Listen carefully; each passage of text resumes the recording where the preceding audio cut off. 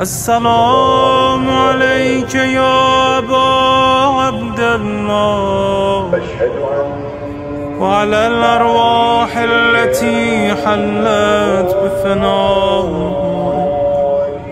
عليك مني سلام الله أبدا ما بقيت وبقي الليل والنهار، ولا جعله الله آخر العهد مني لزيارتكم.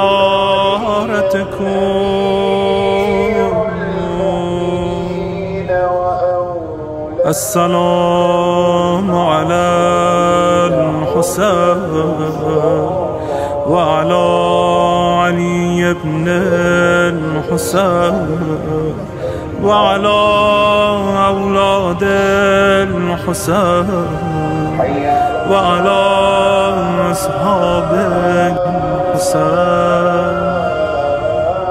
اللهم خص أنت أول ظالم باللعن مني وابدأ به أولا، ثم العن الثاني والثالث والرابع.